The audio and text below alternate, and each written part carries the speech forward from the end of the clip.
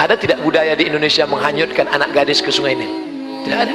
Di tempat kita menghanyutkan kepala kerbau, kepala kambing, karena jin di tempat kita itu seleranya rendah. Kepala kambing. Kalau Mesir nah, kambing nggak laku kambing. Kami maunya anak gadis, kata dia. Keren jin-jin Mesir itu.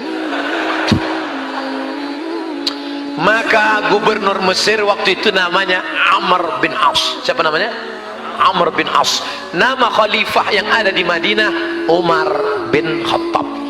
Harus jelas, nama gubernurnya Amr, nama khalifahnya Umar. Jangan nanti pas pulang cerita terbalik. Nama gubernurnya Umar, nama khalifahnya Amr.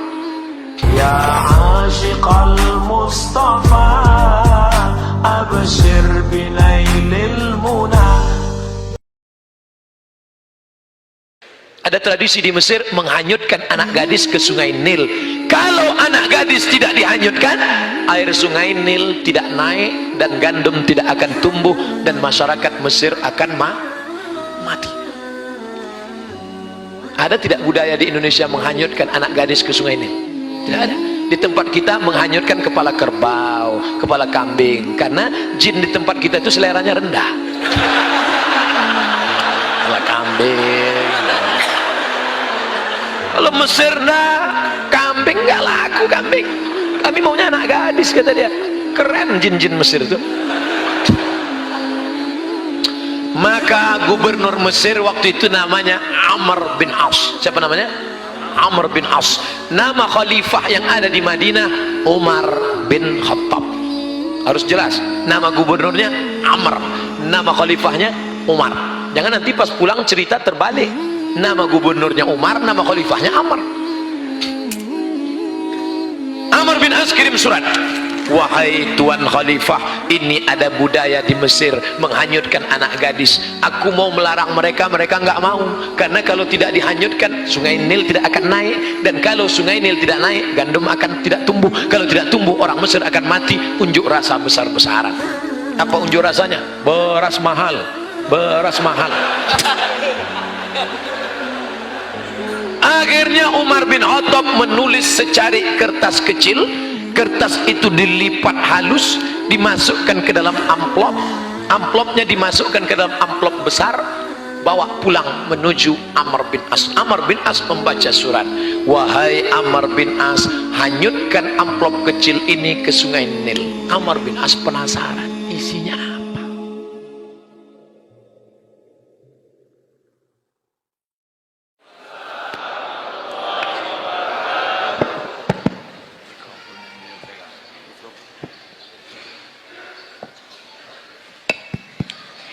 Bersyukur kita kepada Allah dengan mengucapkan Alhamdulillahi Rabbil Alamin. Berselawat kepada Rasulullah dengan ucapan Allahumma salli ala Sayyidina Muhammad wa ala ali Sayyidina Muhammad. Yang sama-sama kita hormati Bapak Rektor beserta seluruh Civitas Akademika. Kemudian Bapak Kapolres Tabes beserta seluruh jajaran, para kiai, alim ulama, hadirin hadirat, insyaallah semua jamaah fardu subuh dimuliakan Allah Subhanahu wa taala. Man shalla subha fi jama'atin, siapa yang salat subuh berjamaah, faka'annama shallal laila kullah, dapat pahala seperti salat sepanjang malam. Man nama, siapa yang tidur walam yusalli, sampai tidak salat subuh, tertidur sampai tinggal salat subuh, balas syaitanu fi udhunih, kencing setan di telinganya. Alhamdulillah subuh ini kita semuanya selamat. Tapi apakah subuh besok selamat? Wallahu a'lam bishawab. Yang penting kita dalam watawasau bil haq watawasau bis-sabr. Ada mikrofon yang ketiga. Yang ini mantap, suara tak jelas. Yang ini mantap, putus-putus. Ini sepele aja kita bentuk, tapi rupanya mantap, bagus. Pelajaran, jangan pernah menyepelekan bentuk orang. Saya selalu disepelekan orang.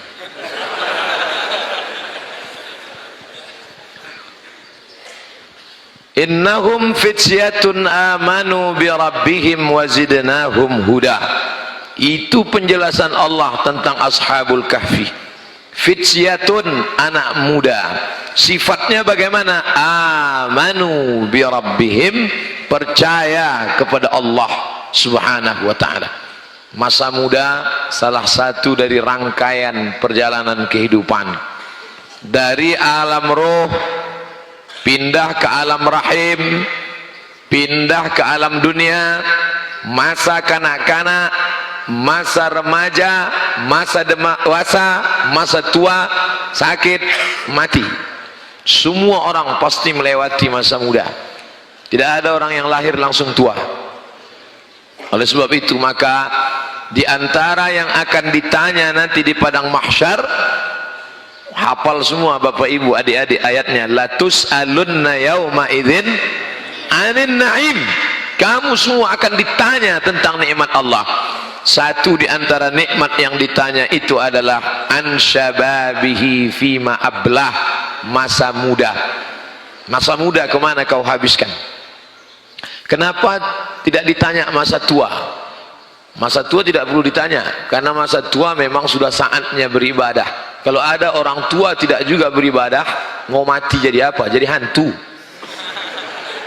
Oleh sebab itu maka masa muda inilah, masa muda darah bergelora, hawa nafsu bergejolak, godaan banyak. Maka masa muda ditanya. Kelebihan ashabul kahfi, innahum fityatun, mereka anak-anak muda.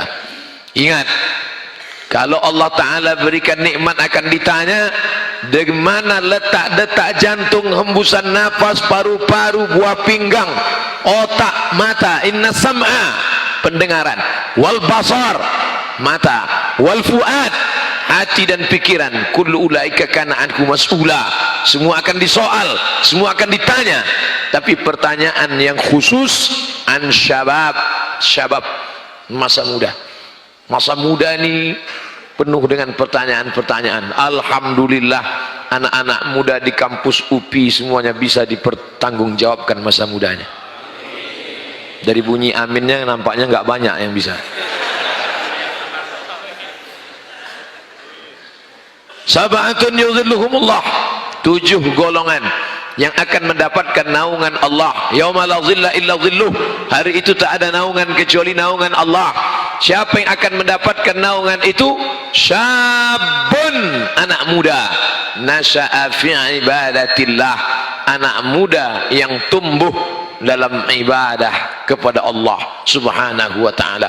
Sekarang alhamdulillah saya melihat kebangkitan dari anak-anak muda. Di mana-mana masjid saya ceramah, yang hadir itu anak-anak muda.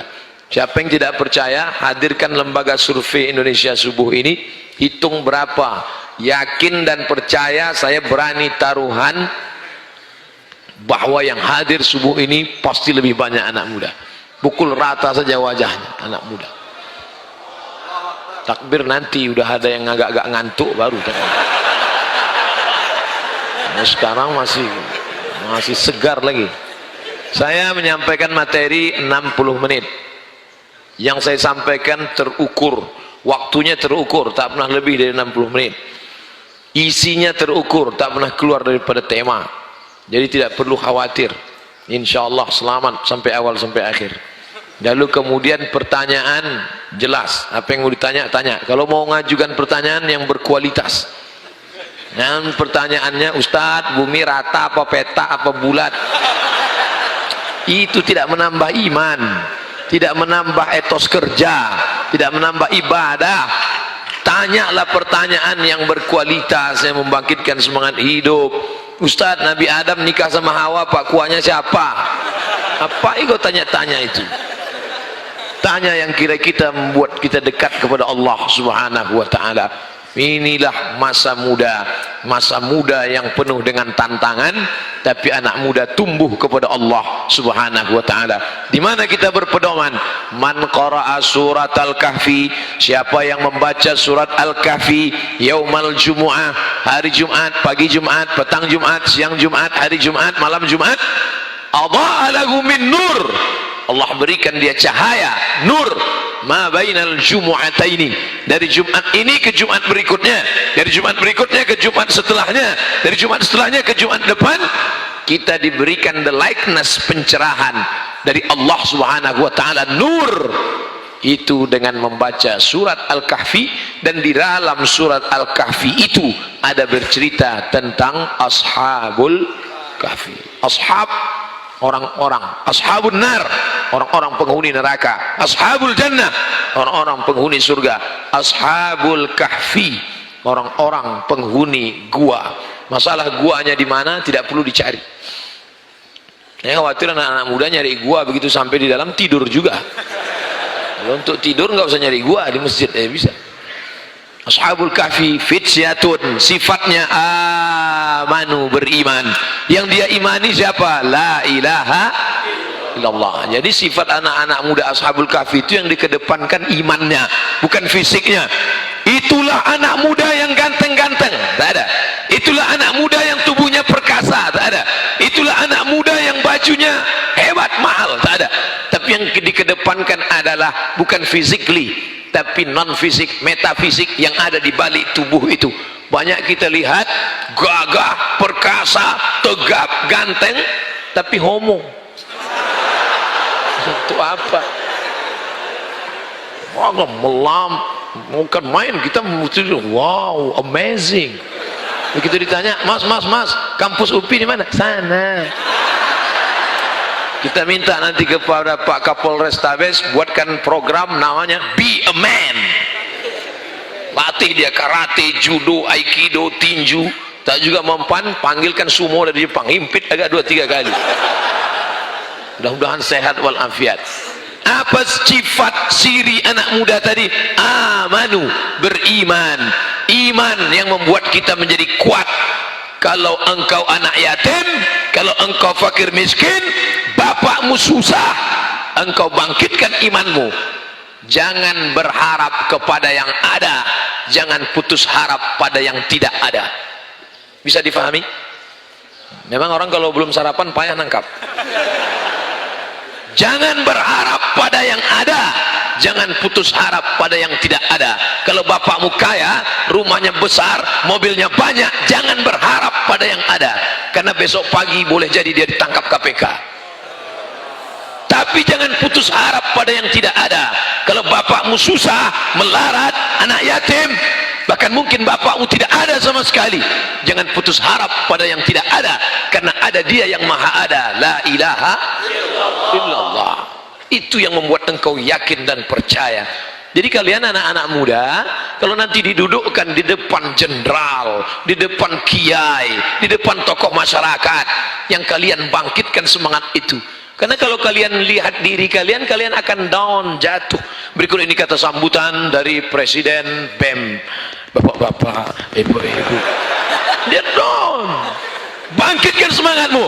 Engkau wahai penguasa, engkau wahai orang kaya, detak jantung sama dengan jantungku, matamu sama, semua pemberian Allah.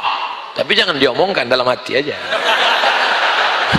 Yang nanti begitu kata sambutan, bapak, apanya gila kan? Jadi bangkitkan. Innallaha la yanzuru ila ajsamikum. Allah tidak menengok bentuk tubuh kamu, Allah tidak melihat badan kamu, Allah tidak melihat rupa wajah kamu.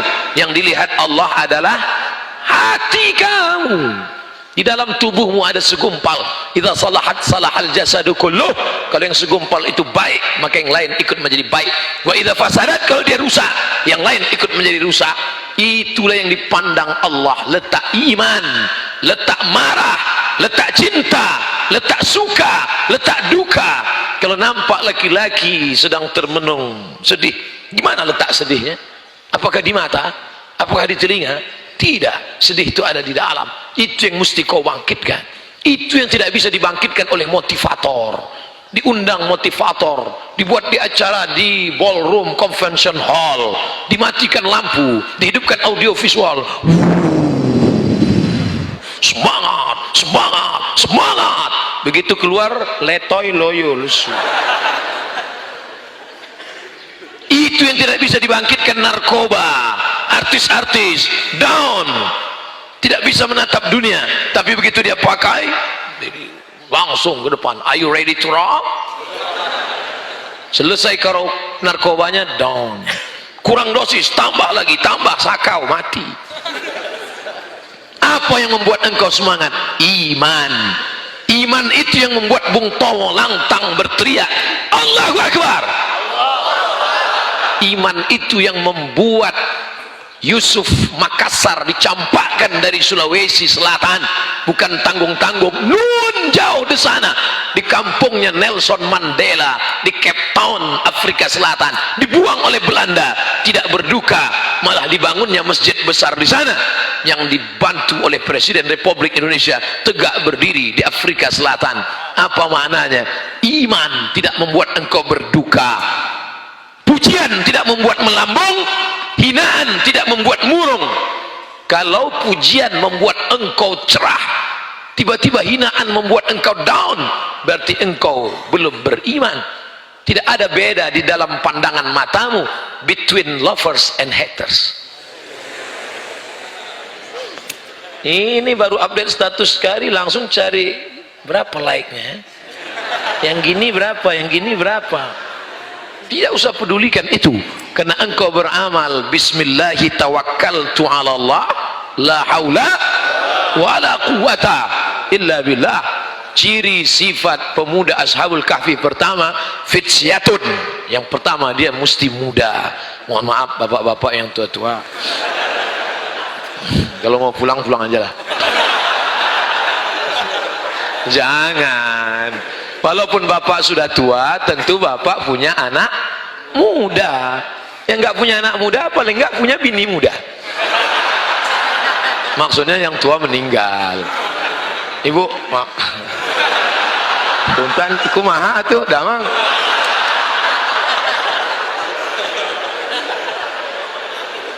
Sebetulnya yang muda itu bukan fisiknya, yang muda itu adalah semangatnya.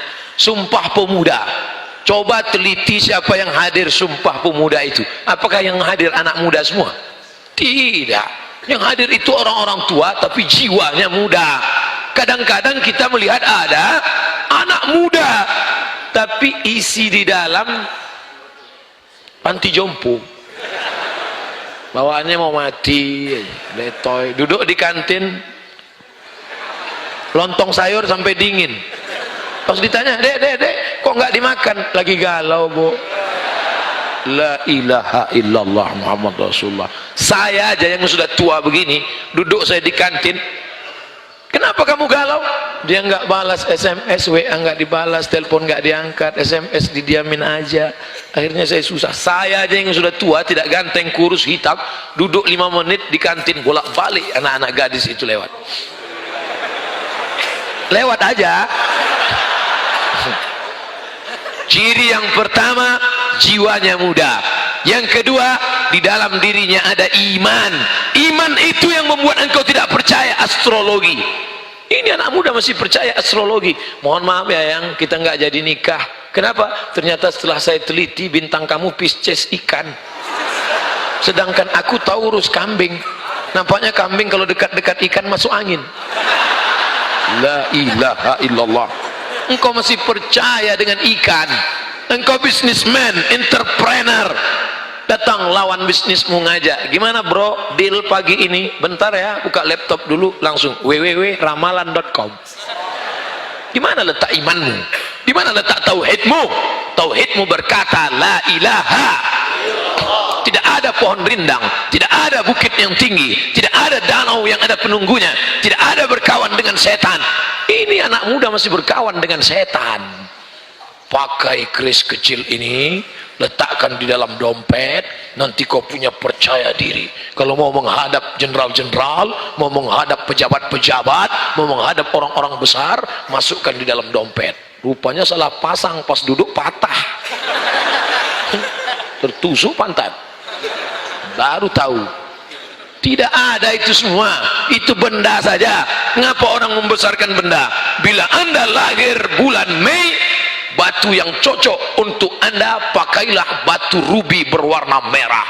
maka aura merah Anda akan bangkit, wajah Anda akan merah, biji mata Anda akan merah. Kalau cuman biji mata merah, ikan busuk pun merah. Tidak usah lagi percaya dengan itu semua.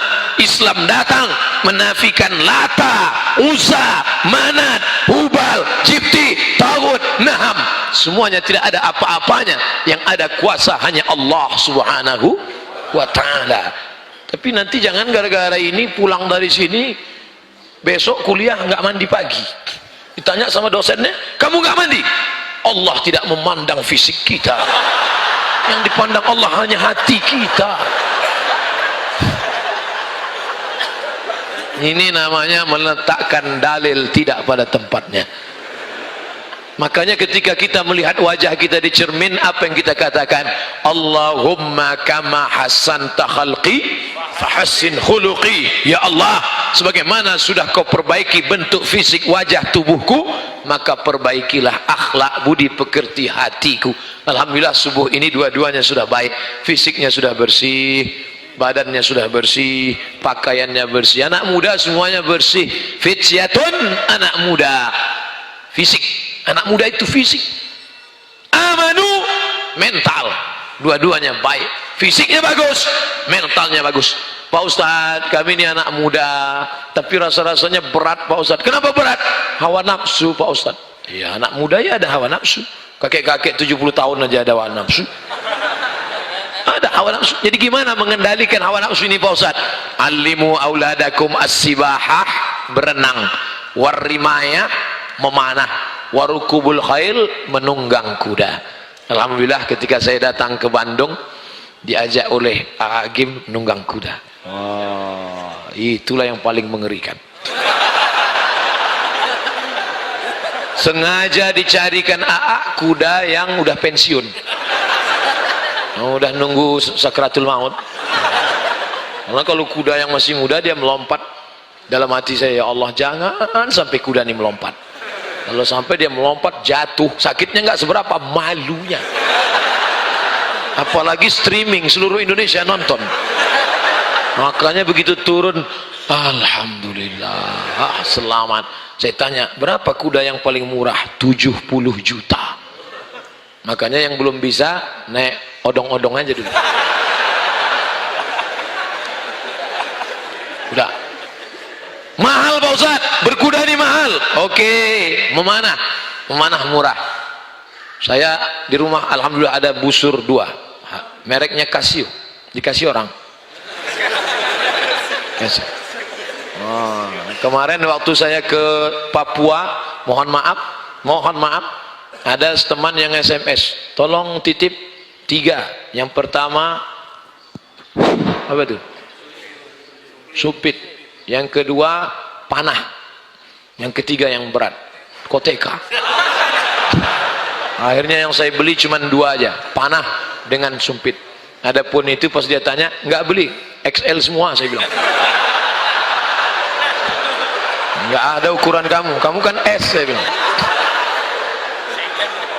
Nah, oleh sebab itu maka memanah ini anak-anak muda, memanah. Pak Ustadz, mana pun mahal juga busurnya. Jadi olahraga yang cocok untuk apa kami? Berenang.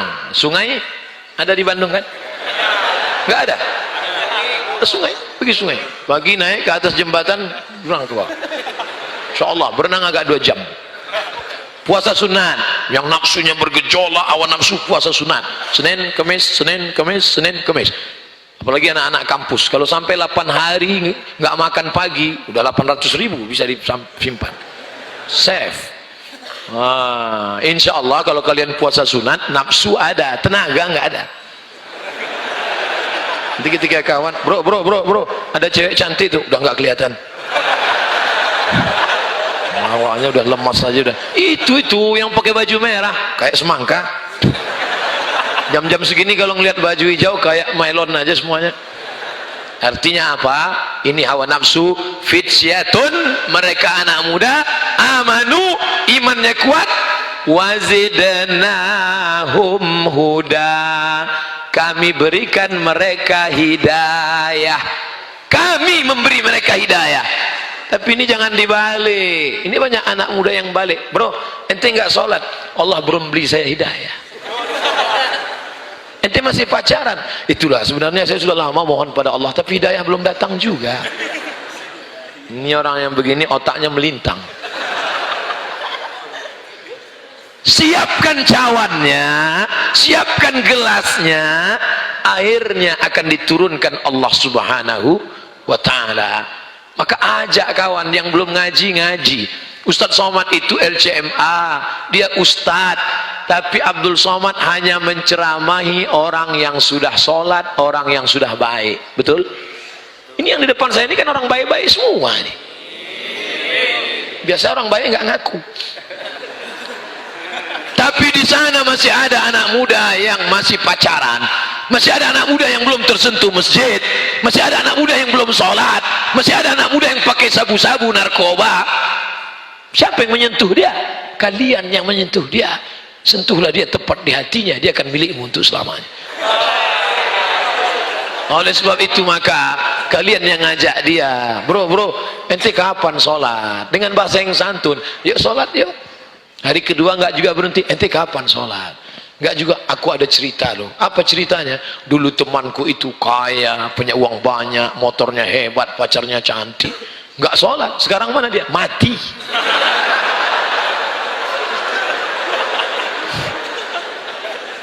Sentuhlah dia. Satu orang dapat hidayah karena lidahmu, satu orang dapat hidayah karena mulutmu. Khairum min humurin na'am, lebih baik daripada kau memiliki seekor onta yang merah. Onta merah kendaraan termahal zaman Nabi. Kalau sekarang mungkin sedan Ferrari, harga 5 miliar, pintu cuma 2. Ternyata mobil ini makin dikit pintunya makin mahal. 2020 keluar mobil nggak pakai pintu sama sekali, melompat aja langsung ke atas. Itu bukan urusan kita, itu urusan desainer dari Jepang.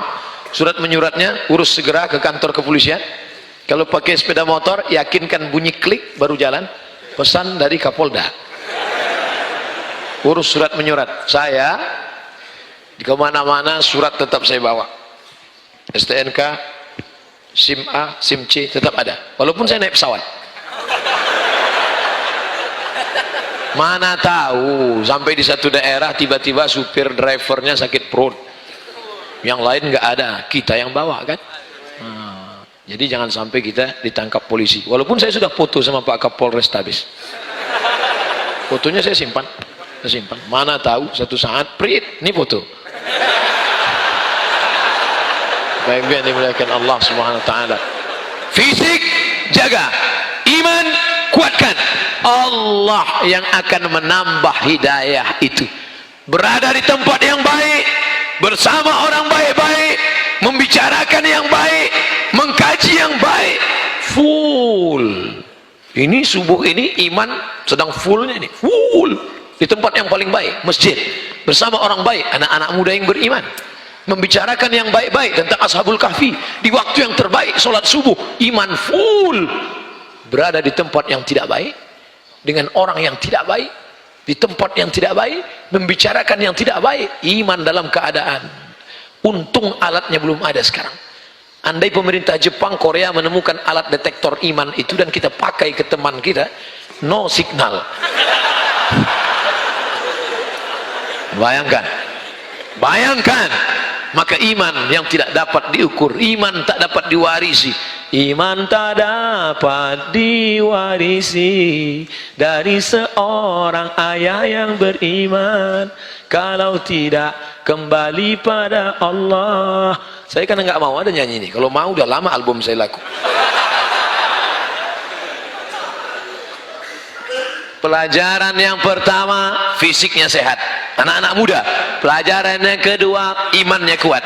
Pelajaran yang ketiga, karena fisiknya dijaga keseimbangan, balance, maka hidayah datang kepada mereka. Pelajaran yang keempat, anak muda yang di dalam gua itu sendirian atau ramai-ramai? Ramai-ramai. Mereka beramai-ramai di dalam. Ramai. Apa maknanya? Membuat komunitas. Saya sampai sekarang di rumah masih ada jaketnya. Apa nama jaketnya?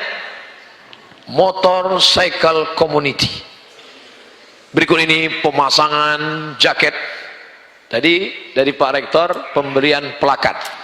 Kalau sama anak-anak muda enggak. Berikut ini pemasangan jaket geng motor syariah kepada Ustadz Abdul Somad. Wah, saya pun pakai, tulisannya di belakang, Born to Ride, Ride to Jannah.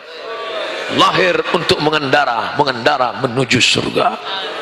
Saya pakai ke airport. Semua yang di airport ngelihat saya. Saya heran kenapa ngelihat saya. Ternyata jaket itu dipakai naik motor. Saya pakai naik pesawat. Pelajaran yang keempat dari Ashabul Kahfi, mereka punya komunitas. Nah, adik-adik yang ada di UPI sudah punya komunitas? Alhamdulillah. Saya jauh berjalan, banyak dilihat, lama hidup banyak dirasa, berbagai macam tempat tausiah ceramah, macam-macam model anak muda. Ustaz Somad, kenalkan diri, nama saya Fulan bin Fulan. Berasal dari mana? Dari komunitas Jombloan Sejati. Mantap. Saya Pak Ustaz, dari mana? Dari komunitas anak muda tanpa tato. Mantap. Kamu anak muda pernah bertatu dan kembali ke jalan yang benar. Mantap. Saya sedang makan mie Aceh, tiba-tiba datang anak muda, tegap, kekar, perkasa. Saya sudah agak-agak ngeri juga ngeliat dia. Tapi karena saya Ustadz, tidak saya tunjukkan ngeri saya. Pura-pura aja nggak ada kejadian. Ustadz Somad, ya, tidak ada yang berani melarang saya. Semua yang mau saya buat saya lakukan. Bapak saya, emak saya, paman saya, nggak ada yang berani negur saya. Sampai akhirnya suatu hari saya melihat ada yang mengirim video. Saya tonton dia, suaranya menggelegar. Apa kata dia? Man taraka sholata muta'ammidan. Siapa yang meninggalkan sholat secara sengaja, neraka jahanam tempatnya. Saya udah lama nggak sholat. Nampaknya dia sedang nyindir saya. Saya tanya, video siapa? Engkaulah orangnya, Ustaz. Dan hari ini Ustaz, saya sudah lama ingin jumpa dengan engkau Ustaz. Dipeluknya saya. Dia tegap, hampir remuk tulang saya. Kalau orang, tunggu sebentar, habiskan dulu mie Aceh. Sekarang Ustadz, saya membuat komunitas anak-anak muda yang bertato, taubat di jalan Allah, dan kami menemukan alatnya. Anak-anak muda yang punya tato, kalau mengiring, ternyata ada laser untuk menghilangkan tato-tato itu. Di tempat kami harga diskon. Karena komunitas kami Pak Ustaz. Jadi orang-orang tua yang malu, bayangkan mau pergi ihram, pakai kain ihram kan mesti ditutup itu, mesti dibuka, tiba namanya, yang sebelah kiri ditutup, sebelah kanan dibuka. Ada gambar ular kobra, kan malu. Labbaik Allahumma labbaik, labbaik Allahumma labbaik, innal hamda wan ni'mata laka wal mulk la syarika lak. Orang semua nengok Ka'bah, yang di dekat kita nengok tatu. Dulu waktu masih muda tatunya ular kobra, setelah tua kena diabetes meletus, kurus, jadi kulit keriput, jadi cacing pita. Dulu gambar burung Garuda yang mau menyambar ular di tengah laut, burung kuda sedang turun ke bawah, tapi karena sudah kulitnya mengkeriput, gambar burung puyuh. Alhamdulillah ada alat itu menghilangkan pakai laser, bersih Pak Ustadz. Buat komunitas. Nah, kalian buat komunitas apa? Nanti kami bulan Desember insya Allah di Riau, komunitas anak-anak muda motor. Terserah mau pakai motor apa, mau Vespa, mau Harley Davidson, mau CB 100, mau Cup 70, yang penting hidup. Kerjasama dengan Bapak Kapolda, Bapak Kapolres, kepolisian akan dibimbing. Di depan ada. Dulu itu kan kalau bunyi biasanya ada orang mati. Sekarang Masya Allah, begitu bunyi di belakang ada Ustadz. Ustadz sekarang sudah dimuliakan. Siapa yang berani mengganggu Ustadz kalau ada mobil itu di depan? Macet-macet, semua ketakutan semua. Yang lain lambat datang, Ustadz cepat. Takut semua lewat. Dalam hati mereka nyumpah, apa Ustadz nih? Buat susah aja gitu. Pasti buka kaca, Ustadz gitu. Ibu yang dimuliakan Allah Subhanahu wa taala. Nih, nah, belajar dari Ashabul Kahfi, fisiknya sehat, imannya kuat, hidayah bertambah, ada komunitas. Yang kelima, wa kalbuhum basitu yadaihi, ada seekor anjing yang menjulurkan tangannya. Anjing kalau duduk tangannya, nggak ada anjing begini kan. Anjing menjulurkan tangan. Ini informasi tidak penting. Al-Quran yang mestinya menyebutkan info tentang penting-penting saja. Untuk apa Quran cerita ada anjing tidur bersama Ashabul Kahfi? Untuk apa cerita anjing di sana? Ternyata di balik itu ada cerita. Apa maknanya? Menjadi seekor anjing pun, kalau engkau dekat dengan orang soleh, engkau akan disebutkan dalam sejarah. Tapi jangan gara-gara ini pulang terus beli anjing. Semua anak muda Ustadz di Bandung sejak Ustadz ceramah kemarin semuanya punya anjing. Gara-gara apa? Gara-gara Ustadz ceramah tentang Ashabul Kahfi. Itu bukan salah saya, salah yang buat tema. Kenapa kau beli anjing? Ashabul Kahfi punya seekor anjing, maka aku pun punya. Ini ceritanya bukan itu. Pertama, cerita ini tentang umat sebelum Nabi Muhammad sallallahu alaihi wasallam.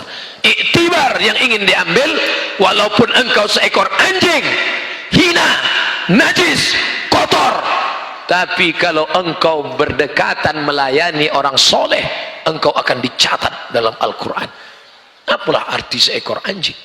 Anjing menggunggung, hina, kotor, tapi karena dia melayani ulama, melayani orang soleh, Ashabul Kahfi, disebutkan dalam Al-Quran. Andai ada anjing menjilat air minum, tumpahkan semua airnya najis, air liurnya najis, lalu kemudian tempat-tempatnya ini menjadi kotor, maka dicuci 7 kali dengan air, 1 kali dengan air yang bercampur dengan air tanah. Apa nih orang Islam? Jadul, ketinggalan zaman, primitif. Sudah ada deterjen seperpel Mama Lemon. Ngapain dicuci pakai air tanah lagi? Ente nggak tahu, ternyata air liur anjing, kotoran babi. Ustadz jangan sebut yang kotor-kotor lah di masjid. Oke, air liur anjing, kotoran babi. Ada sensornya. Itu ada kotoran, bakterinya tidak mati dengan deterjen, tidak mati dengan alat-alat zaman canggih sekarang, tapi ketika disiramkan air tanah, ternyata di dalam tanah ada bakteri, dan bakteri dari anjing dan babi dibunuh oleh bakteri dari tanah. Itu dalam teori kedokteran biasa, bakteri memakan bakteri. Itu yang diajarkan ke anak-anak kita. Jangan yang diajarkan jeruk makan jeruk. Bakteri dari tanah akan memakan bakteri dari anjing dan babi, maka dibersihkan sebanyak 7 kali air. Salah satu air yang 7 itu dicampur dengan air tanah. Kotor, najis, hina, rendah. Tapi kenapa disebutkan dalam surat Al-Kahfi? Karena dia bersama orang baik-baik. Abdul Somad subuh ini ingin memuliakan dirinya bersama anak-anak muda yang masih tulus, ikhlas, murni di kampus UPI. Mudah-mudahan Abdul Somad juga bisa masuk surga bersama mereka, insya Allah. Ketika nanti dipanggil, ternyata masuk surga itu tidak sendirian. Masuk surga tidak sendirian, masuk surga berjamaah. Wasiqal ladzina taqaw rabbahum ilal jannati zumara. Ketika mereka berkelompok, berjamaah, berkomunitas, digiring masuk surga, dipanggil oleh malaikat. Berikut ini kelompok yang ke-15, komunitas anak muda dari kampus UPI. Watak anak muda, ketua, sekretaris, bendahara, periksa semua. Ini anak muda masuk, anak muda masuk. Pas di barisan terakhir, loh kok ada yang tua satu? Siapa ini? Tengok KTP Abdul Somad. Ngapain masuk sini? Pernah bersama mereka ceramah sekali. Masuk. Ternyata kita masuk ke dalam komunitas orang baik-baik. Itulah gunanya menyatukan diri sama orang baik. Adapun setelah zaman Nabi Muhammad, maka anjing tidak boleh dipelihara. Siapa yang memelihara seekor anjing, maka malaikat tidak masuk ke rumahnya. Tapi malaikat yang tidak masuk itu malaikat rahmat, malaikat maut masuk. Siapa yang memelihara anjing, satu hari amalnya dikurangi sebesar Bukit Uhud. Bukit Uhud itu panjangnya 7 kilometer. Siapa di antara kalian yang memelihara anjing di rumah, satu hari amal kalian dikurangi sebesar Bukit Uhud. Satu hari Bukit Uhud, Bukit Uhud, Bukit Uhud. Sementara amal kalian satu hari sebesar bisul. Jadi amalnya tiap hari min. Maka yang punya anjing lepaskan. Pak Ustadz, bagaimana dengan kepolisian yang memelihara anjing herder? Itu untuk tugas menangkap narkoba. Binatang yang paling tajam hidungnya apa Pak Ustadz? Cacing. Kenapa kepolisian tidak pakai cacing? Cacing nggak bisa lari. Gimana mau mengejar pecandu narkoba bawa koper cacing? Makanya pakai anjing. Tapi kalau yang paling tajam sebenarnya cacing. Cacing itu radius penciumannya 1 kilometer. Jadi kalau Abdul Somad mati dikubur di sini, jarak 1 kilometer cacing-cacing sudah mencium. Ada brownies bro. Makanya ada kalian yang suka mancing, ngambil cacing, kalian tusuk pakai mata kail pancing, hati-hati. Kakeknya kalian bunuh, bapaknya kalian matikan, cucu-cucunya akan membalas sakit hati. Hari pembalasan telah tiba. Nah, pertama, fisiknya anak muda kuat. Yang kedua, imannya mantap. Yang ketiga, hidayah datang kepada mereka. Yang keempat, mereka punya komunitas. Yang kelima, walaupun seekor anjing, kalau menggabungkan diri dengan orang baik-baik, mereka akan disebut dalam sejarah kemanusiaan. Yang keenam, apa pelajaran dari Ashabul Kahfi? Ashabul Kahfi dikejar oleh raja yang zalim, tapi mereka tidak mau ikut bersama penguasa yang zalim. Biar mati, lebih baik melihat mata, lebih baik tulang putih daripada mata kami yang putih Pak Ustaz. Lebih baik tulang putih daripada mata yang putih. Mata putih artinya orang mati. Orang mati itu matanya putih, hitamnya sudah tak ada lagi.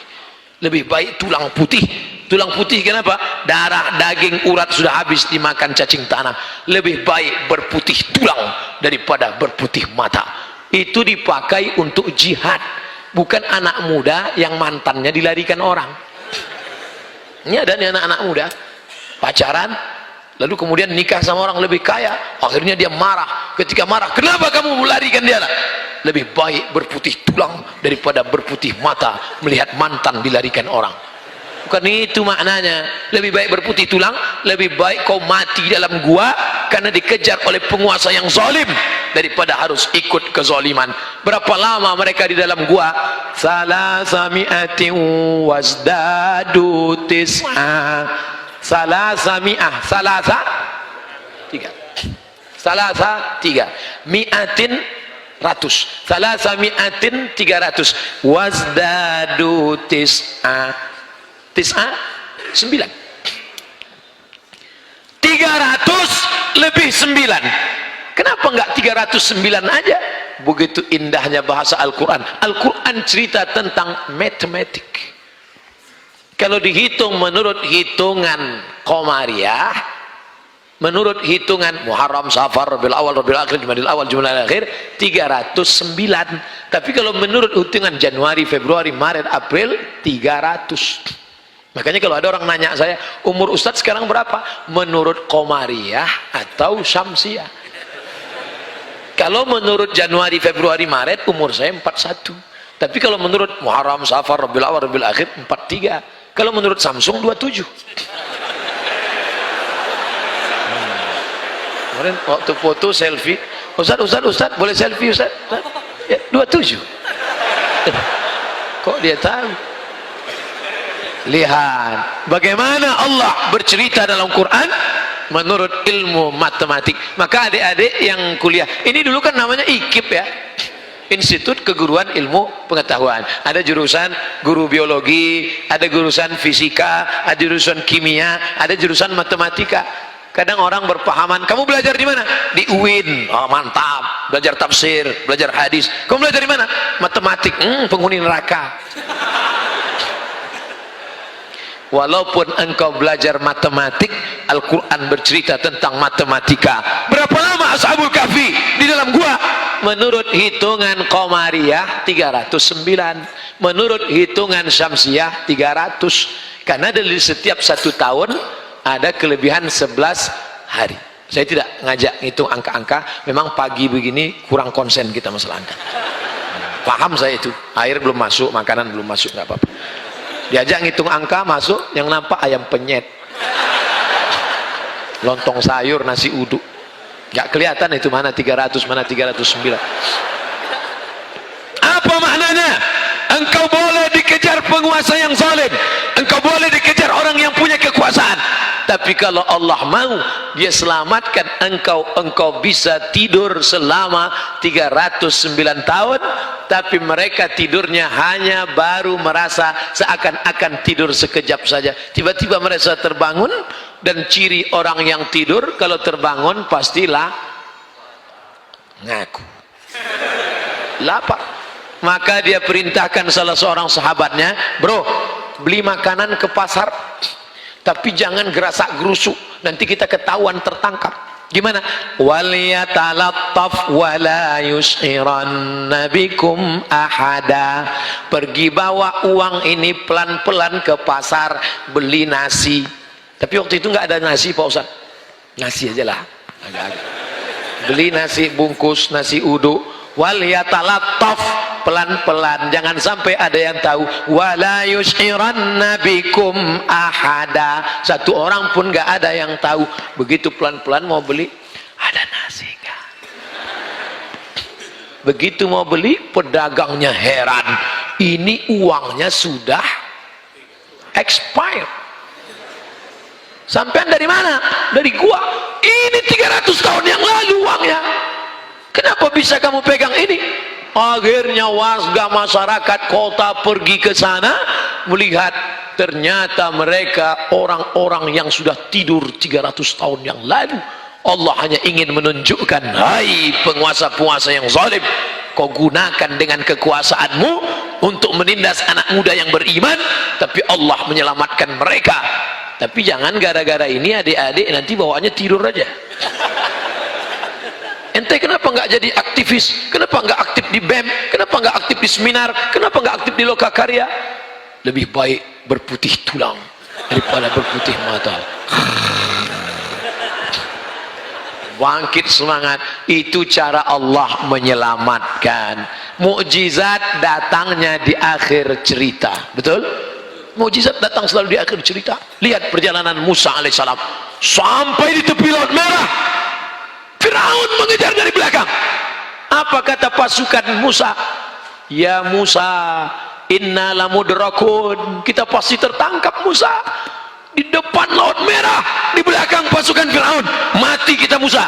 Ini nampaknya kita tidak mati kita Musa, habis kita Musa. Kalla, kalla, sekali-kali tidak.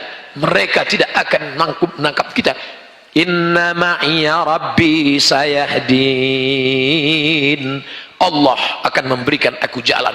Akhirnya dipukulkannya tongkatnya, tiba-tiba terbelah Laut Merah, kataudil azim, sisi kiri dan kanannya seperti bukit yang tinggi.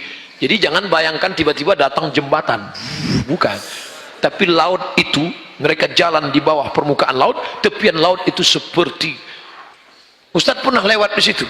Kata orang Mesir, ini kata orang Mesir, nanti kalau naik kapal laut ke Saudi Arabia waktu haji, di mana terasa ombaknya yang besar, terombang-ambing, disitulah tempat Musa memukulkan tongkatnya dan tenggelam Fir'aun di sana. Nanti Abdul Somad, kalau pas kau naik kapal laut menuju Saudi Arabia waktu mau haji tahun 2000, saya pergi haji bersama teman-teman saya, namanya Haji Gelandangan. Hotel nggak ada, makan nggak ada, pokoknya berangkat aja bawa. Sampai pulang, teman saya di Yogyakarta menuliskan kisah perjalanan itu dalam satu novel yang indah, tapi judulnya mantap, Haji Backpacker, ditulis oleh Aguk Irawan, itu sahabat saya di Mesir. Haji Backpacker, dulu Haji Gelandangan. Difilmkan, difilmkan, ada filmnya keluar. Cuman setelah dilihat film itu nggak ada peran saya di situ. Sampai hati mereka. Walau perjalanan itu terombang ambing, dipukul ombak, diempas gelombang. Setelah pulang teman Mesir nanya, Abdul Somad, gimana perjalanan ke Saudi Arabia kemarin melewati Laut Merah? Di mana terasa gelombangnya yang besar? Perasaan dari awal sampai akhir gelombangnya besar terus. Kita tidak disuruh untuk mencari di mana Musa, di mana tempat itu. Yang penting kalau membaca kisah dalam Al-Quran, yang kita ambil itu adalah substansi makna pelajarannya. Apa pelajaran yang kita ambil? Bahwa setiap zaman pasti ada orang baik dan orang tidak baik. Di zaman Adam ada Kabil, ada Habil. Karena sekarang banyak anak-anak muda mengutuk nasib. Ustadz, kenapa saya hidup zaman sekarang ya? Kenapa saya nggak hidup zaman Nabi Muhammad? Orang yang ngutuk nasib kayak ente ini, anda hidup zaman Nabi Muhammad pun tidak akan bersamaan sama Nabi, pasti sama Abu Lahab. Zaman Nabi Adam ada Kabil, ada Habil. Banyak perempuan di atas. Tadi saya ngeliat di bawah saja. Pertanyaan saya, kenapa perempuan nggak ngaji?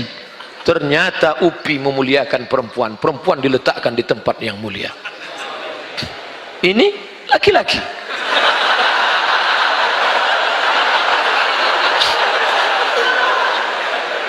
Mereka adalah laki-laki yang menjaga kehormatan perempuan. Begitu cara menyenangkan hati orang yang terlambat datang. Di zaman Nabi Adam ada Kabil, ada Habil. Di zaman Nabi Ibrahim ada Namrus. Namrus itu luar biasa kejamnya, kalah dengan otak. Nabi Musa, Nabi Ibrahim cerdas, masuk dia ke tempat berhala, diambilnya kampak, dihancurkan berhala, hancurkan, ditinggalkannya satu yang besar, digantungkannya kampak besar di leher berhala. Pulang mereka dari kebun, mereka lihat hancur. Ini pasti Ibrahim ini punya kerja. Tangkap Ibrahim, tangkap di sidang. Fa'alta hadza bi alihatina ya Ibrahim, engkaukah yang melakukan ini kepada Tuhan kami Ibrahim? Kata Ibrahim, lihat kampaknya di mana sekarang, tergantung di leher yang besar kan, berarti dia yang melakukan. Ibrahim pakai otak. Ternyata orang yang punya kekuasaan kalau kalah pakai otak, dia main otot. Tangkap Ibrahim, bakar dia, kumpulkan semua kayu-kayu, bakar. Ketika dibakar, mukjizat terjadi last minute. Di akhir cerita, happy ending. Ketika mau dibakar itu, ternyata keluar dia dari api itu dalam keadaan kedinginan. Kenapa? Karena Allah berkata, ya nar, oh fire, kuni bardan, be cool, wasalaman, peace, ala Ibrahim, for Ibrahim. Jadilah engkau dingin, sejuk dan selamat pada Ibrahim. Makanya jamaah-jamaah haji kemarin yang mau haji, Ustadz nanti katanya di Saudi Arabia cuacanya 40 derajat Celcius panas, doanya apa? Baca doa ketika Nabi Ibrahim dibakar, ya narukuni bardan wasalaman ala Ibrahim, ya narukuni bardan wasalaman ala Ibrahim, ya narukuni. Alhamdulillah Pak Ustadz, selama di sana tidak terasa panas. Pas tanya temannya, betul dia kemarin nggak panas, di hotel terus nggak keluar.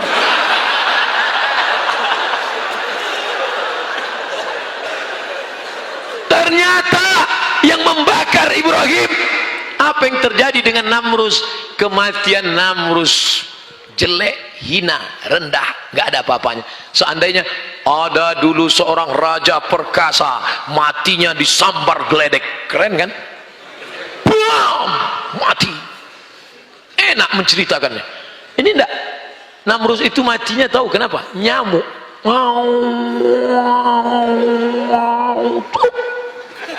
Mati. Datang nyamuk sedang terbang, navigatornya nggak tahu mau mendarat di mana.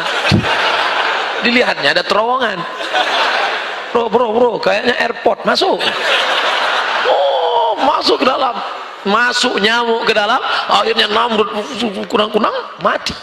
Namrud itu matinya hanya karena lupa pakai autan. jelek sekali kematian. Begitu Allah menghinakannya. Artinya apa?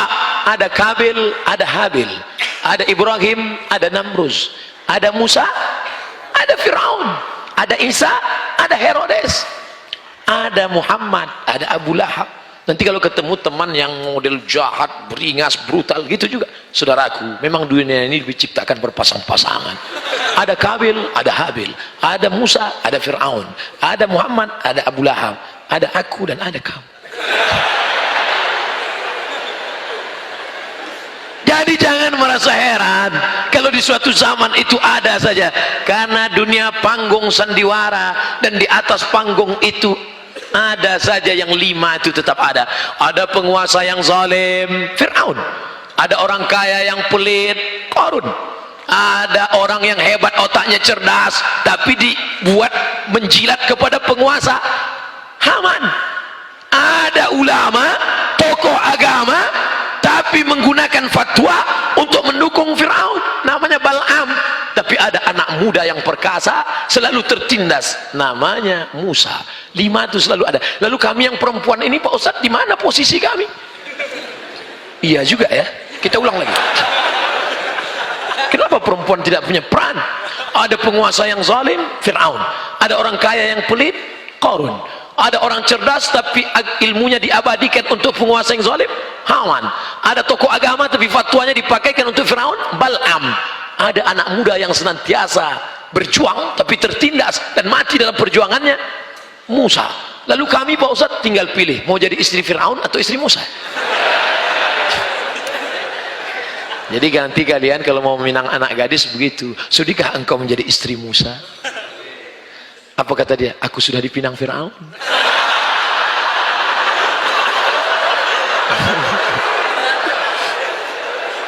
Saudaraku yang dimuliakan Allah, hari berganti, musim berubah, dunia panggung sandiwara. Ada kalanya engkau diuji dengan kekuasaan, sampai masanya nanti kalian yang muda-muda ini, kampus dunia idealisme, tapi the real nyatanya nanti setelah kalian terjun di masyarakat. Berapa banyak ketika di kampus dulu aktivis kampus idealisme, tapi begitu turun seperti kerak nasi, seperti peyek, seperti kerupuk, kena air basah, lembab, hancur, berkeping. Sekarang kalian belum punya anak, belum punya istri, belum punya rumah, belum punya pekerjaan. Sekarang kalian bisa berjuang idealisme, ya. Tapi begitu masuk duit, iya. Dulu waktu di kampus, ya Ustadz, gimana ini Ustadz di kampus, aktivis kampus, Ustadz gimana nih kalau ada money politik, haram. Kalau 100.000 haram, 1 juta haram. Kalau kita bagi 2, ulama tidak sepakat dalam masalah ini. Sebagian mengatakan haram, tapi ada juga yang makruh. Oleh sebab itu, kalau di dalam dunia pertaruhan, dunia ini saudaraku seperti pentas. Inilah pentas dunia. Dari dalam tanah naik ke atas tanah, lalu kau menjadi pentas. Ada kalanya engkau berperan menjadi air putih, ada kalanya engkau berperan menjadi air berwarna, ada kalanya kau menjadi mikrofon besar tapi tak bersuara, ada kalanya kau berperan memang kecil tapi luar biasa, ada kalanya kau berperan dia tidak berbunyi tapi bisa merekam. Macam-macam peran engkau. Sekarang peran kau jadi apa? Saya pulang nanti mau jadi guru, Pak Ustadz. Jadilah orang yang bisa digugu dan ditiru. Saya mau jadi tentara, Pak Ustadz. Kau akan mengamankan negara ini dari serangan musuh dari luar. Saya mau jadi dokter, Pak Ustadz. Mantap. Di mana belajar? Fakultas Kedokteran. Keren. Banyak anak-anak jadi dokter. Kalau ditanya mau jadi apa? Jadi dokter. Dipaksa pun dia tak mau. Jadi Ustadz aja ya? Enggak. Jadi dokter. Sekarang baru saya tahu kenapa anak-anak ini mau jadi dokter. Penjaga malam, pakai senter, baterainya 6, terang, 12 jam kerja malam, gaji cuman 70.000 satu.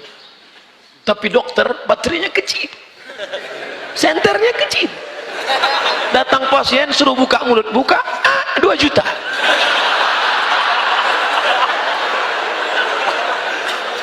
Telinga kanan 1 juta, telinga kiri enggak apa, takut nambah.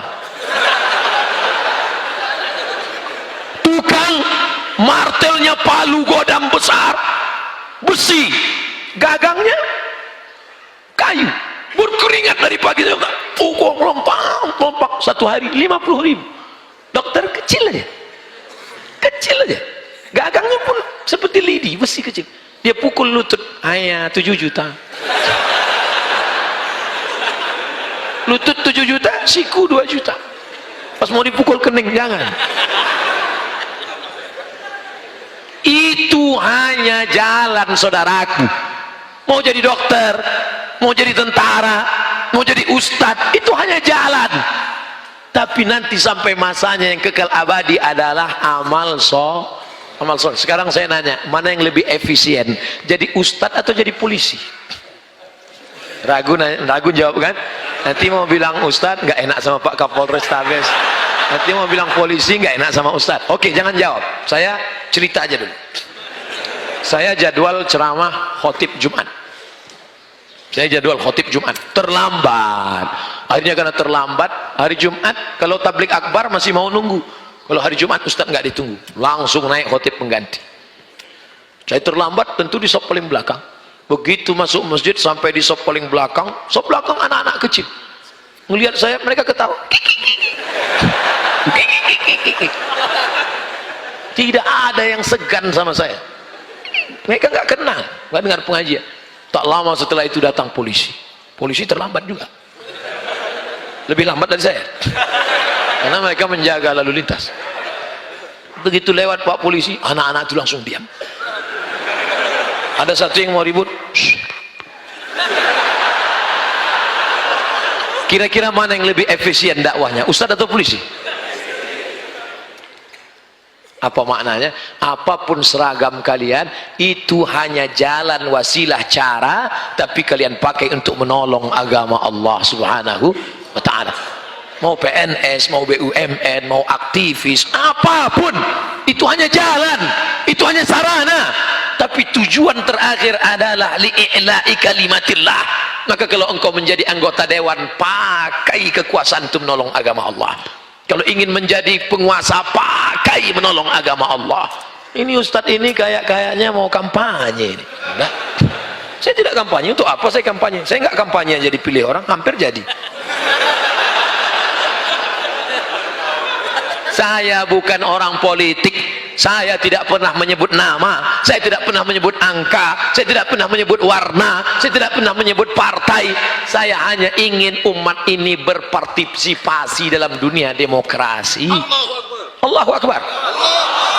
Karena dalam dunia demokrasi, apa kata Presiden Insinyur Soekarno dulu, kita bukan negara Islam, kita bukan kerajaan, kita demokrasi. Hai kalian yang ingin menyuarakan Islam, masuk kalian ke parlemen, perjuangkan melalui jihad konstitusi. Anak-anak muda, sekarang kalian tidak bisa karena pendaftaran sudah tutup untuk April 2019. Tapi nanti 5 tahun, 10 tahun ke depan, kalian ingin berjuang di sana, kalian tidak ceramah di sana, tapi kalian parlemen. Parle dari bahasa Prancis artinya bicara. Saya tidak bisa bahasa Prancis, bisanya bahasa Arab dan Inggris. Je ne parle pas français, parle anglais arabe. Parle artinya bicara. Nampaknya surat tilang sudah keluar. Tadi dimulai tepat jam 5, sekarang pas jam 6. Makanya bunyi langsung jam, dan ini pun datang. Terukur. Ceramah saya insya Allah terukur. Isinya terukur. Waktunya terukur. Sampai 1 jam ini apa yang saya sampaikan bisa difahami? Enggak pun bisa ngangguk aja. Ya.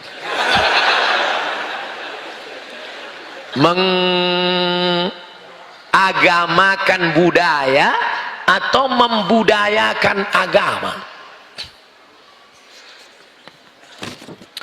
Ada budaya itu adalah hasil cipta karya karsa manusia. Kita sepakat dengan itu?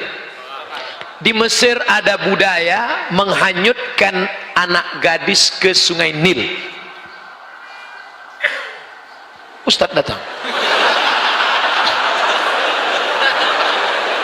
Nggak, saya kira ada pengajian lagi, itu ustadz yang kedua. Belum. Oke, saya jawab. Kalau datang suruh tunggu di luar.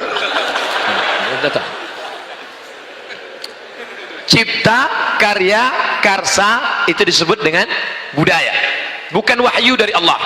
Maka agama tidak bisa dimasukkan dalam kajian budaya, karena wahyu Islam adalah dari Jibril, dibawa dari Allah, dibawa kepada Muhammad sallallahu alaihi wasallam. Jadi jangan nanti dicampur adukkan antara agama dan budaya. Ada budaya di Mesir, dibuat rakit yang indah dengan hiasan, dihanyutkan anak gadis yang paling cantik ke Sungai Nil. Kisah ini bisa di dalam buku, judulnya Al-Bidayah wan Nihayah. Al-Bidayah wan Nihayah. Judul lagunya Al-Bidayah wan Nihayah, buku sejarah besar. Nama penulisnya Abul Fida Ismail Ibnu Katsir yang menulis tafsir Ibnu Katsir. Ada tradisi di Mesir menghanyutkan anak gadis ke Sungai Nil. Kalau anak gadis tidak dihanyutkan, air Sungai Nil tidak naik dan gandum tidak akan tumbuh dan masyarakat Mesir akan mati. Ada tidak budaya di Indonesia menghanyutkan anak gadis ke Sungai Nil? Tidak ada. Di tempat kita menghanyutkan kepala kerbau, kepala kambing, karena jin di tempat kita itu seleranya rendah. Kepala kambing. Kalau Mesir nah, kambing nggak laku kambing. Kami maunya anak gadis, kata dia. Keren jin-jin Mesir itu. Maka gubernur Mesir waktu itu namanya Amr bin As. Siapa namanya? Amr bin As. Nama khalifah yang ada di Madinah Umar bin Khattab. Harus jelas, nama gubernurnya Amr, nama khalifahnya Umar. Jangan nanti pas pulang cerita terbalik, nama gubernurnya Umar, nama khalifahnya Amr. Amr bin As kirim surat, wahai tuan khalifah, ini ada budaya di Mesir menghanyutkan anak gadis. Aku mau melarang mereka, mereka nggak mau, karena kalau tidak dihanyutkan Sungai Nil tidak akan naik, dan kalau Sungai Nil tidak naik gandum akan tidak tumbuh, kalau tidak tumbuh orang Mesir akan mati. Unjuk rasa besar-besaran. Apa unjuk rasanya? Beras mahal, beras mahal. Akhirnya Umar bin Khattab menulis secari kertas kecil. Kertas itu dilipat halus, dimasukkan ke dalam amplop, amplopnya dimasukkan ke dalam amplop besar, bawa pulang menuju Amr bin As. Amr bin As membaca surat, wahai Amr bin As, hanyutkan amplop kecil ini ke Sungai Nil. Amr bin As penasaran, isinya apa? Dia buka isinya, ya Nahran Nil, wahai Sungai Nil, min Abdillah. Dia tidak bawa nama-nama khalifah. Wahai Sungai Nil, dari hamba Allah Umar bin Khattab, in kunta tajri min qibalillah fajri. Kalau kau mengalir karena Allah, mengalirlah. Wa in kunta tajri min qibalak fala tajri. Kalau kau mengalir karena dirimu, tak usah kau mengalir sampai hari kiamat. Dimasukkan lagi amplop kecil, dicampakkan ke Sungai Nil di waktu malam. Besok pagi naik air Sungai Nil ke atas. Sejak itu dihilangkan budaya menghanyutkan anak gadis ke Sungai Nil. Sekarang pertanyaannya, agama mengikut budaya atau budaya itu dijadikan agama?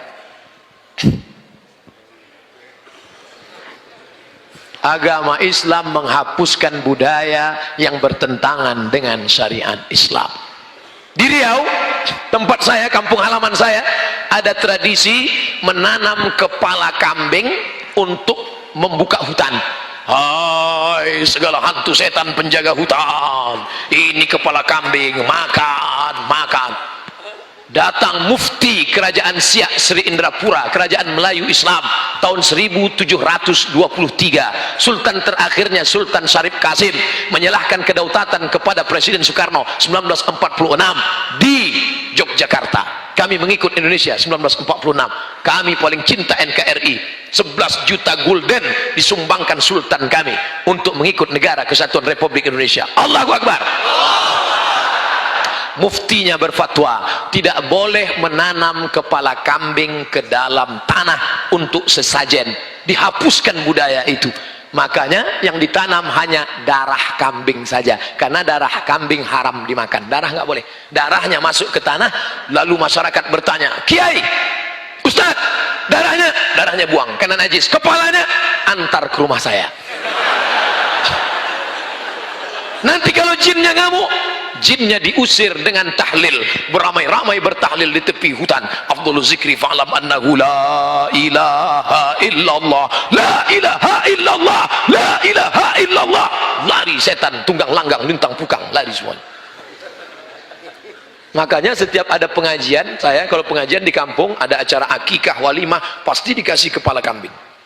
Kenapa? Karena tradisi dari dulu, kepala kambing yang ditanam dalam tanah dinaikkan, diletakkan di dalam ustadz. Ustadz makan otaknya dengan lidahnya. Sekarang ustadz banyak yang setelah makan itu berkunang-kunang. Ketika ditanya, kenapa ustadz? Jinnya yang ganggu. Bukan, darah tinggi kumat. Dari kisah yang terjadi tentang budaya di Mesir dengan yang terjadi di kampung halaman saya tentang menanam kepala kambing, bisa difahami tentang jawaban ini? Itu enaknya ceramah di komunitas Civitas Akademika, siswa, mahasiswa-mahasiswi cerdas-cerdas mereka. Yang nggak paham pun nganggu. Ustadz, berapa kami boleh melamar dan menghitbah akhwat? Haruskah kami bergelimang harta dulu baru bisa membahagiakan si dia? Guru mengaji saya, true story, kisah nyata, orangnya masih hidup, juara musabaqah tilawatil Quran, hafiz. Dia pinang ibu nyai itu dengan mahar mengajarkan Al-Quran. Itu yang paling indah. Aku nikahkan engkau dengan anakku dengan mahar mengajarkan surat Ar-Rahman tunai. Tak ada pernikahan yang indah. Kalau kau nikah dengan emas, emas akan terjual. Kau nikah dengan seperangkat alat sholat, maka seperangkat alat sholat 2 tahun lapuk. Dengan mengajarkan Ar-Rahman, sampai akhirnya di waktu malam duduk mempelai laki-laki dengan perempuan menunaikan akadnya. Bismillahirrahmanirrahim. Ar-Rahman 'allamal Qur'an, khalaqal insan, 'allamahul bayan. Mertua sayup-sayup mendengar suara. Itu suara siapa, Ma? Mantu kita. Begitu dibuka pintu dilihat, rupanya TV belum mati. Mantunya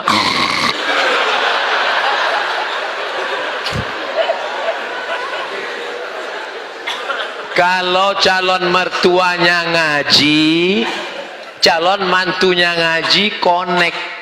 Calon mertuanya ngaji, calon mantunya ngaji, connect, enak. Yang gak enak nih calon mantunya ngaji, calon mertuanya matre. Ketika datang, Pak, kupinang anakmu dengan surat Ar-Rahman dan segenggam cinta, makanlah cinta itu. Itu makanya cari mantu mertua yang ngaji. Hai bapak-bapak calon-calon mertua yang belum ngaji, ngajilah. Ustadz nunjuk siapa? Kamera. Nanti potong, sampaikan ke calon mertuamu yang belum ngaji. Hai bapak calon mertua yang belum ngaji, engkau sudah diintai-intai malaikat maut. Ngajilah, ngaji sampai masanya kau mati. Kau minta calon menantumu itu dengan mobil mahal, tinggal kau pilih dia karena mobilnya mahal, ternyata rental. Tapi ini calon menantumu yang pandai mengaji, sampai saatnya kau mati sakaratul maut, sudah 3 hari tidak mati-mati. Menantumu ini yang akan datang nanti ke dekatmu membacakan Yasin wal Qur'anil Hakim. Mati. Setelah kau mati nanti dia yang akan mengirim untuk mertuaku tercinta Al-Fatihah, seperti tetesan embun di tengah gurun pasir yang panas. Hai calon mertua, berpikirlah engkau 2-3 kali. Insya Allah kau potong video itu, masukkan ke Instagram, like and share. Insya Allah turun harga mahar di Bandung, insya Allah. Ustadz Somad tahu juga Instagramnya? Tahu. Ustadz punya? Punya. Yang mana Instagram Ustadz? Itu yang followernya 4,8 juta. Saya mau ngasih tahu aja. Saya seorang anggota TNI AU. Kelihatan dari tulisannya. Naik ke atas.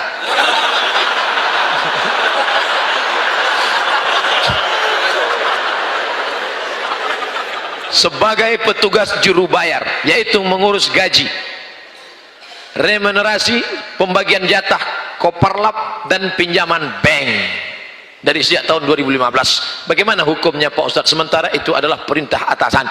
Awal tahun kemarin saya sudah menghadap atasan saya untuk minta diganti, tapi tidak ada pengganti. Saudaraku, ini tugas engkau. Dan di situ semuanya yang ini halal nih, yang remunerasi halal, ngurus gaji halal, pembagian jatah koperlap halal. Tinggal yang jadi masalah pinjaman bank. Beralihlah ke bank syariah, menenangkan, mengatasi masalah tanpa masalah. Pegadaian syariah.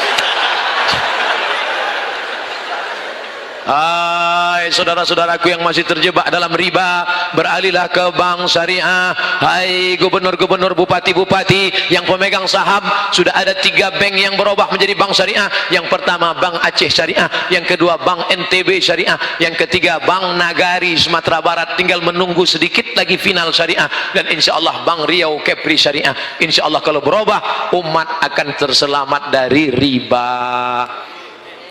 Bank syariah.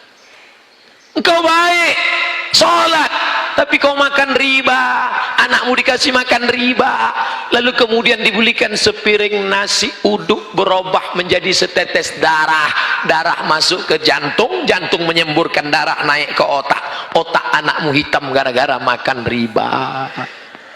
Nasiyatin kadzibatin khati'ah. Heran saya anak saya ini Pak Ustadz, otaknya kotor aja, tertulis di sini otak kotor. Gara-gara kau kasih makan riba. Kenapa doa tidak kabul? Ya Allah, ya Allah. Doa tidak kabul gara-gara apa? Mat'amu haram, lidahmu makan riba. Ayyuma lahmin, setiap daging di badanmu, nabata min haramin, tumbuh dari yang haram, fannaru aulabih, tempatnya api neraka jahanam. Ditimbang nanti di akhirat, Abdul Somad, berat engkau 50 kilo, yang halal 20 saja. Berapa lama kau diobok-obok dalam neraka jahanam? Na'udzubillah. Duit riba, duit riba, duit riba, kau bawa ke Makkah, menangis di pintu Ka'bah. Labbaik Allahumma labbaik, labbaik Allahumma labbaik, labbaik Allahumma labbaik. Itu pasti pembimbingnya dari Sumatera. Kalau dari Bandung lembut. Labbaik Allahumma labbaik, labbaik la syarika laka labbaik. Innal hamda wan ni'mata lak wal mulka la syarika lak. Makanya kalau saya dekat sama pembimbing dari Bandung, Bumi Pasundan, suaranya lembut, nah itu kan ngantuk mereka kan, saya ambil mikro, mari saya membimbing. Labbaik Allahumma labbaik, labbaik Allahumma labbaik. Mau pelan mau keras, insya Allah sama-sama mabrur, amin. Tapi ternyata gara-gara kau pakai uang riba, labbaik Allahumma labbaik, labbaik Allahumma labbaik, apa kata malaikat? La labbaik wala sa'daik. Kau tidak dapat haji mabrur, zaduka haram, karena berangkat dengan uang hak. Makanya jamaah haji banyak tapi tidak ada perubahan. Ciri haji mabrur itu apa Pak Ustadz? Ciri haji mabrur ada perubahan. Heran kita Pak Ustadz, Pak Haji nggak ada perubahan. Dulu sebelum haji pakai celana pendek, sekarang nggak pakai celana sama sekali.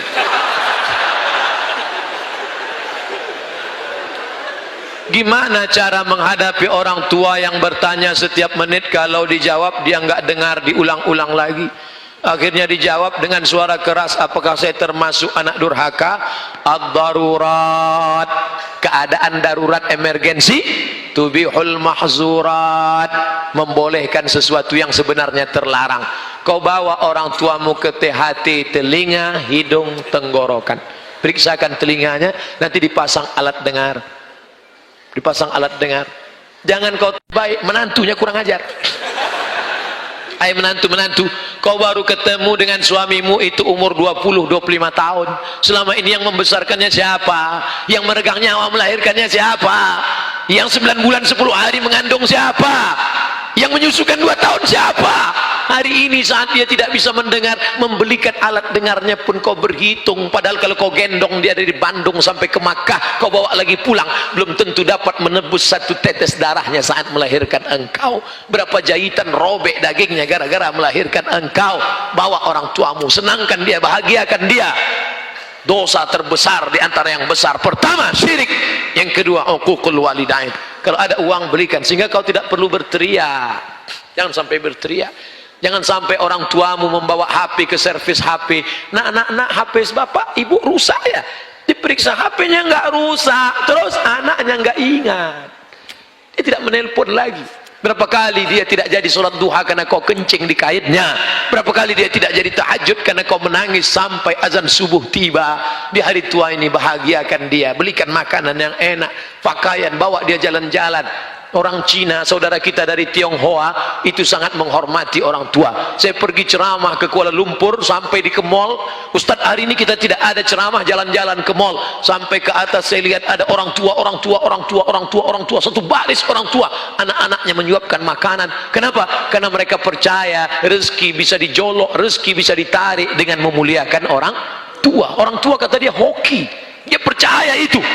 Teorinya kita yang punya, tapi mereka yang mengamalkan. Mana baktimu pada orang tuamu? Jaga orang tuamu. Jangan sampai nanti setelah dia mati meninggal dunia, barulah engkau menangis mencakar dinding. Mama, penyesalan berakhir tak ada gunanya. Saya kalau sudah melihat ada anak menangis ketika ibunya meninggal, baru dia nangis, ini pasti nyesal karena tak berbakti. Mau saya antukkan aja kepalanya. Dulu waktu dia sehat, waktu dia hidup, kenapa kau biarkan? Sekarang setelah datang orang tua mau minjam uang 50.000 untuk buka puasa. Nah, pinjam 50.000, mama mau beli makan buka puasa. Sebentar ya ma, kutanya istriku dulu. Tak ada gunanya kau jantan gagah perkasa, tak ada gunanya. Ini kalian yang sebelum nikah masih lajang, katakan dulu, do you marry me? Sudikah engkau menikah dengan aku? Mau jawab mau aja atau mau banget ya? Tapi engkau akan menjadi to be a second woman. Kau akan menjadi perempuan kedua. Yang pertama siapa? I love my mom. Aku milik suamiku, tapi suamiku milik ibunya. Karena surga di bawah telapak kaki ibu, walaupun kakinya kesemutan. Saya ingin bertanya Pak Ustadz, bagaimana jika kalau sudah janji menikahi seorang akhwat, namun jangka waktu berjalan, semakin saya lihat ketidakcocokan, terutama masalah akhlak, apabila diberi bismillah, apabila dibatalkan atau bismillah dinikahi. Ada sebagian orang melihat orang kesempurnaannya. Manusia tidak akan sempurna. Man talaba akhan bil aibin baqiya bil akhin. Siapa yang mencari kawan sempurna seumur hidup tidak akan berkawan. Menikah bukan mencari kesempurnaan, tapi menutupi kekurangan. Kalau kurang-kurang dikit, ya nggak apa-apa. Yang jadi masalah itu kurang manis, kurang cantik, kurang putih, kurang tinggi, kurang kaya. Kau sudah terjebak pada materialistis. Tungkahul mar'atu li arba'. Perempuan dinikahi karena 4, 5 liha, karena hartanya. Wali hasabiha, karena keturunannya. Wali jamaliha, beautiful.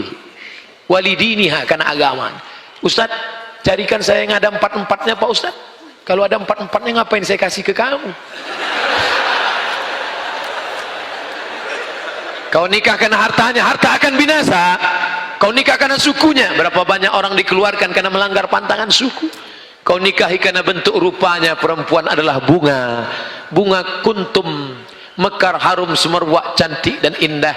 Setelah itu dia akan kuning, layu dan mati. Bunga yang tak layu hanya bunga plastik. Banyak sekarang perempuan ingin tidak layu, maka wajahnya plastik semua. Hidung plastik, pipi plastik, dagu plastik, alis plastik, bulu mata plastik, lentik plastik. Ada orang bakar sampah layu. Oleh sebab itu maka nikahilah dia karena akhlaknya. Ketika kau melihat rasanya kau tidak sanggup, engkau bekerja direktur BUMN, mengurus negara, mengurus kampus. Kalau kau dapat perempuan yang baik, tugasmu cuma satu. Tapi kalau kau dapat yang tidak baik, tugasmu jadi 2. Kampus lagi, rumah lagi, negara lagi, rumah lagi. Akhirnya ribet, semua tidak terurus. Maka menurut saya Pak Ustadz ini tidak cocok, tidak layak. Akhirnya saya cari yang lain. Enggak apa-apa, pertunangan tidak semestinya menjadi pernikahan. Pertunangan itu bagian dari pengenalan. Kenalan enggak perlu lama-lama. Syuaib punya anak gadis cantik, menikah dengan Musa. Mereka tidak ada pacaran, enggak ada kenalan sampai lama-lama. Apa kata anak Syuaib? inna khaira man ista'jartal qawiyul amin. Ayah, kalau kau mau mencari pekerja, orangnya punya dua sifat, qawiyun, kuat, amin, amanah. Ini orangnya ya. Kamu sudah lama kenal dia? Baru tadi. Dari mana kamu tahu dia kuat? Saya ngantri mau ngambil air.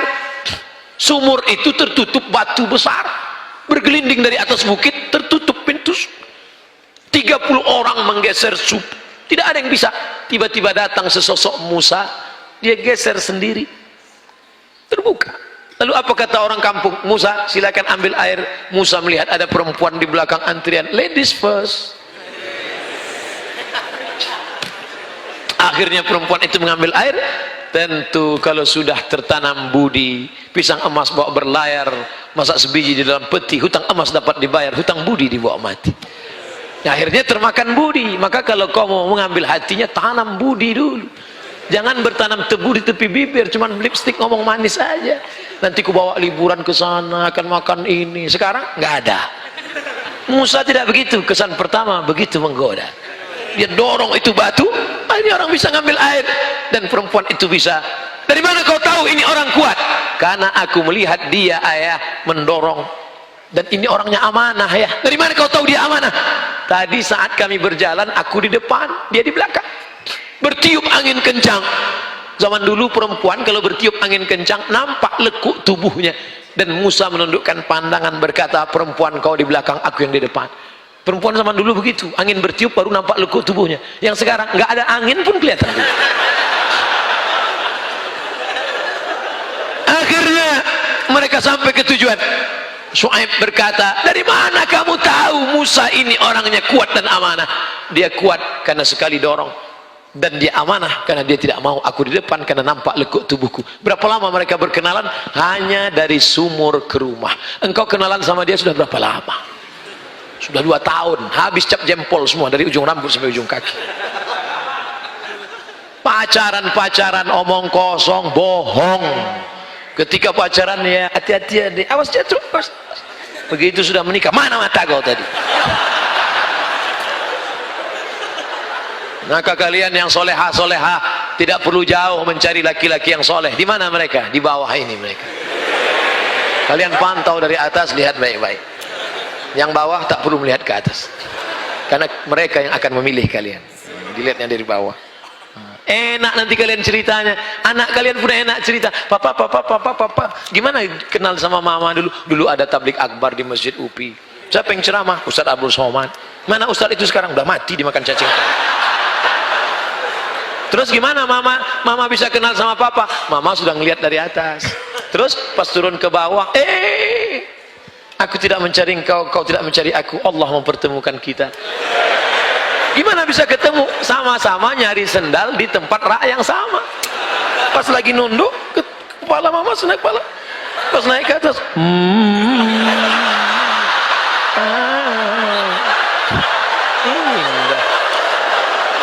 Masya Allah. Sekarang banyak orang tua tidak bisa menceritakan pertemuan dengan anaknya. Banyak orang tua nggak bisa menceritakan pertemuan dia dengan anaknya karena cerita itu tidak indah untuk diceritakan. Mama, dulu ketemu dengan papa gimana? Salah sambung. Papa, dulu ketemu dengan mama gimana? Ditangkap kamtip mas. Jikalau kita ingin tahajud, seorang anak muda boleh nggak satu rakaatnya 30 juz? Ada ndak orang yang pernah melakukan itu Pak Ustadz? Ada, zaman sahabat Nabi. Rakaat pertama 15 juz, rakaat kedua 15 juz, hafal Quran. Kalau engkau baca rakaat pertama 30 juz, rakaat kedua kau baca apa?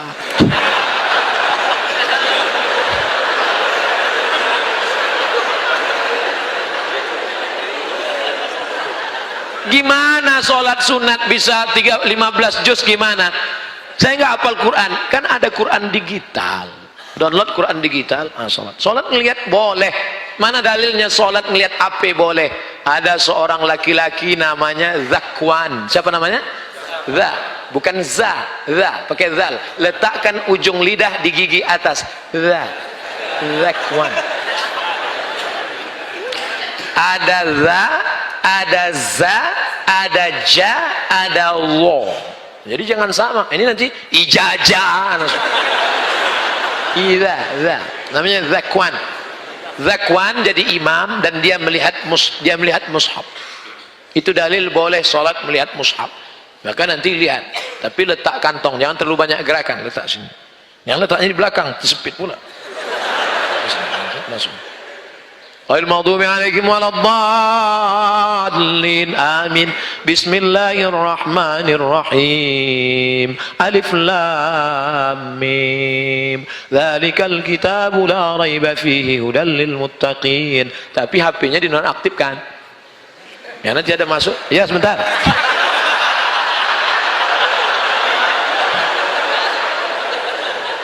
Hanya Quran digitalnya saja bisa. Kapan mau coba? Nanti. Nah, nanti kalian kalau kebetulan umroh ingin sholat di belakang imam Masjid Nabawi, gak bisa ujuk-ujuk datang jam 4 di belakang, gak bisa. Masuknya jam 1. Ini imam Masjid Nabawi masuk jam 1. Masuk jam 1 sholat sunat di situ. Booking tempat duduk.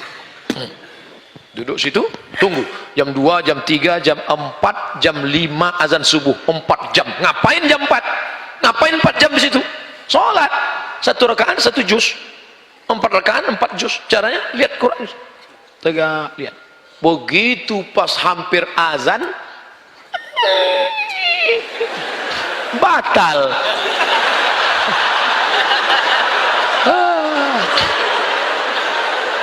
Coba lagi besok malam. Enggak ada yang sia-sia. Bacaan Qur'anmu dalam masjid itu bernilai i'tikaf insyaallah. Amin. Tadi dimulai jam 5, sekarang jam 6.30, 90 menit kebersamaan kita di masjid ini. Pertama bernilai i'tikaf, yang kedua bernilai jamaah, yang ketiga dibanggakan Allah kepada para malaikat.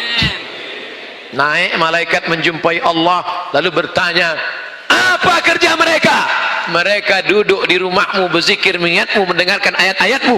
Maka kita dibanggakan, berdoa kepada Allah ala hazihin niyah wa kulli niyatin salihah. Al-Fatihah. A'udzu billahi minasyaitonir rajim. Bismillahirrahmanirrahim. Alhamdulillahirabbil alamin. Arrahmanir rahim. Maliki yaumiddin. Iyyaka na'budu wa iyyaka nasta'in. Ihdinas siratal mustaqim. Siratal ladzina an'amta 'alaihim ghairil maghdubi 'alaihim waladdallin. Amin. La tada' lana dzamban illa ghafartah. Keluar kami dari majlis ini dalam keadaan bersih dari dosa-dosa. Wala dainan illa qadaitah. Segala hutang piutang kami tolong kami melunasinya ya Allah. Wala aziban illa zawwajata. Yang lajang yang gadis ingin menikah, temukan dengan jodoh yang baik, mudahkan pernikahannya. Wala raghiban illa anjabata. Yang sudah menikah ingin punya anak, berikan anak yang saleh dan salihah, min hufazil Quran wal hafizat, menjadi para penghafal Quran ya Allah. Allahumma ansur ikhwanana al-musabina fi Donggala, Lombok wa Palu. Tolong saudara kami yang sedang teraniaya kena musibah di Palu, di Donggala, di Lombok ya Allah. Allahu qawwi imanahum wa sahih ajsadahum. Kuatkan iman mereka, sehatkan badan mereka ya Allah. Allahumma inna nastaghfiruka wa natubu ilaik. Kami memohon atas segala silap salah kami dan kami bertaubat nasuha padamu ya Allah. Allahumma aslih syababal muslimin. Perbaiki anak-anak muda kaum muslimin. Allahumma ja'al jam'ana hadza jam'an marhuma. Satukan kami dalam kebaikan. Wa tafarruqana min ba'dihi tafarruqan ma'suma. Perpisahan kami setelah ini dijauhkan dari segala perbuatan maksiat. Allahumma rzuqna imaman adila. Berikan Indonesia wakil-wakil rakyat, pemimpin-pemimpin yang adil dan amanah ya Allah. La tusallit alaina bidzunubina man la yakhafuka wa la yarhamuna.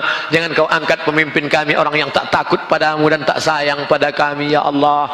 Allahumma dafa'an al-ghala wal waba wal fahsya wal riba wal zina. Selamatkan negeri kami, negara kesatuan Republik Indonesia, negeri kaum muslimin. Selamat dari malapetaka, bencana, riba, zina, narkoba, perbuatan keji dan mungkar.